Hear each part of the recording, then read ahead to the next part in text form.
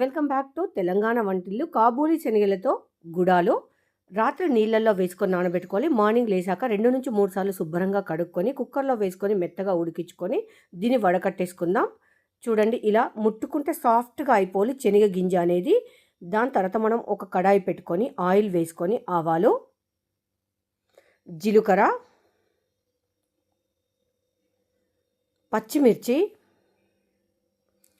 పసుపు, ఉల్లిపాయ, అల్లం వెల్లుల్లి పేస్ట్, కరివేపాకు,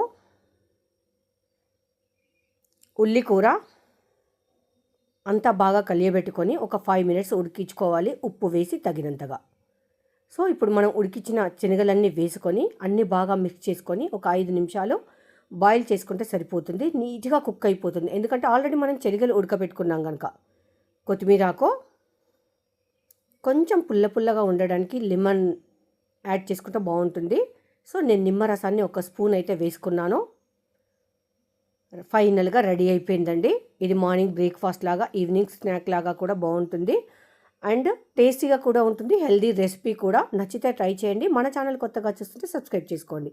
ఓకేనా? మరి బాయ్. మరి మరొక కొత్త వీడియోలో కలుద్దాం.